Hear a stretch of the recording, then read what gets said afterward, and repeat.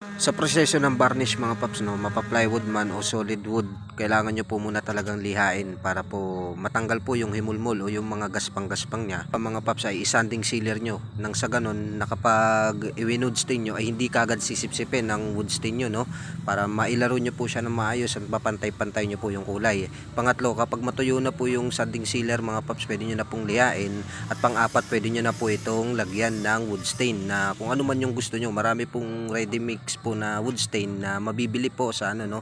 Pero kung gusto nyo po na kayo po yung magtitimpla o yung makuha nyo po yung gusto nyong kulay, pwede po kayong gumamit po ng oil tinting color na may painting. At dito mga paps, sa pinakauli, gagamitan po natin ito ng lacquer sanding sealer. At sa proseso ng varnish mga paps, no, mapa-plywood man o solid wood, kailangan nyo po muna talagang lihain para po matanggal po yung himulmol o yung mga gaspang-gaspang niya. Ang mga paps ay isanding sealer nyo. Nang sa ganun, nakapag i-wood stain nyo ay hindi kagad sisipsipin ng wood stain nyo, no, para mailaro nyo po siya ng maayos at mapantay-pantay nyo po yung kulay.